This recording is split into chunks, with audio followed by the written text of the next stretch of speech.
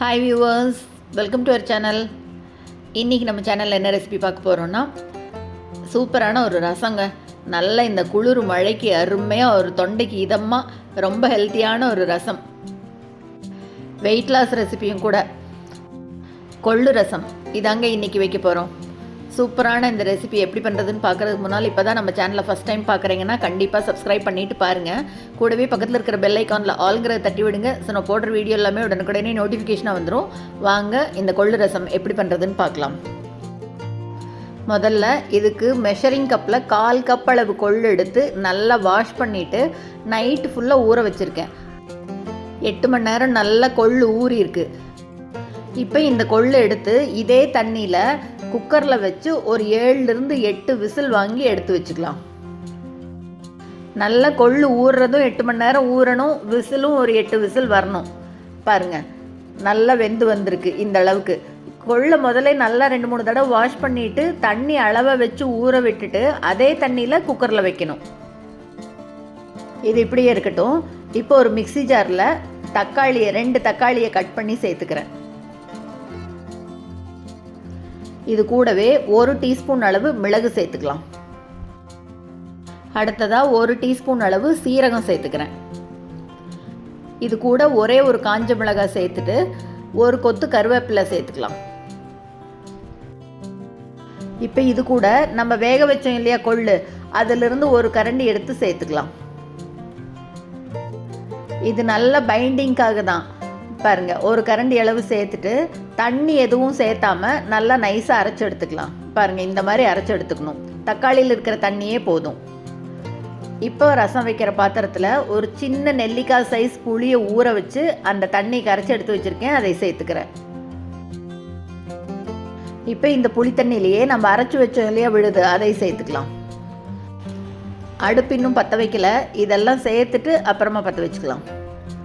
பாருங்கள், இந்த விழுதை சேர்த்துட்டு இப்போ இந்த மிக்ஸி ஜார்லேயே கொஞ்சமாக தண்ணி அலசி சேர்த்துக்கிறேன்.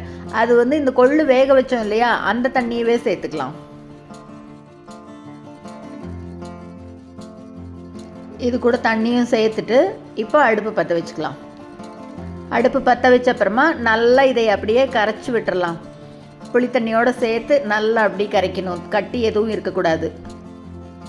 இதை கலந்து விட்டதுக்கப்புறமா இப்போ இதுக்கு தேவையான அளவு உப்பு சேர்த்துக்கலாம். கூடவே 1/4 டீஸ்பூன் மஞ்சள் தூள் சேர்த்துக்கிறேன். இதை மறுபடியும் ஒரு தடவை நல்லா கலந்து விட்டுடலாம். கொதி வரட்டும். புளித்தண்ணியோட பச்சை வாசனை போகிற வரைக்கும் கொதிக்கணும். இப்போ அது கொதி வர்றதுக்குள்ளே நம்ம இந்த கொள்ளை நல்லா மசிச்சு எடுத்துக்கலாம். பாருங்கள், இந்த அளவு நல்லா நைஸாக மசிச்சு எடுத்துக்கலாம்.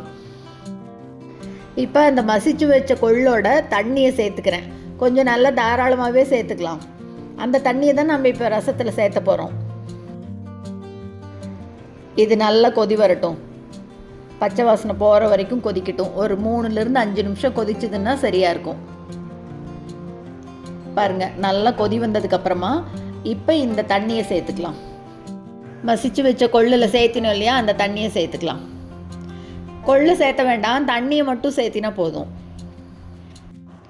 முதல்ல ஒரு தடவை சேர்த்துட்டு அதுக்கப்புறமா நம்ம வேணுங்கிற அளவு தண்ணியை தாராளமாக சேர்த்துக்கலாம். இப்போ இது மேலே அப்படியே பொடியாக கட் பண்ண கொத்தமல்லி தழையை தூவி விட்டுடலாம்.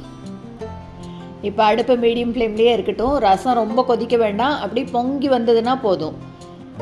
நல்லா பொங்கி வர வரைக்கும் விட்டுட்டு அடுப்பை ஆஃப் பண்ணிவிட்டு அப்புறமா இதுக்கு சின்னதாக ஒரு தாளிப்பு போட்டுடலாம். பாருங்கள், நல்லா பொங்கி வந்துருச்சு. இப்போ அடுப்பை ஆஃப் பண்ணிடலாம். கரண்டியில் நெய் விட்டுருக்கேன். நெய் நல்லா சூடானோன்னு ஒரு சின்ன துண்டு பெருங்காயம் சேர்த்துக்கிறேன். பெருங்காயம் பொரியும் போதே இப்போ இது கூட 1/2 டீஸ்பூன் கடுகு சேர்த்துக்கலாம். கருவேப்பிலையில் நம்ம முன்னாடியே சேர்த்துட்டோம், அதனால் பெருங்காயம் கடுகு மட்டும் சேர்த்தினா போதும் தாளிப்புக்கு.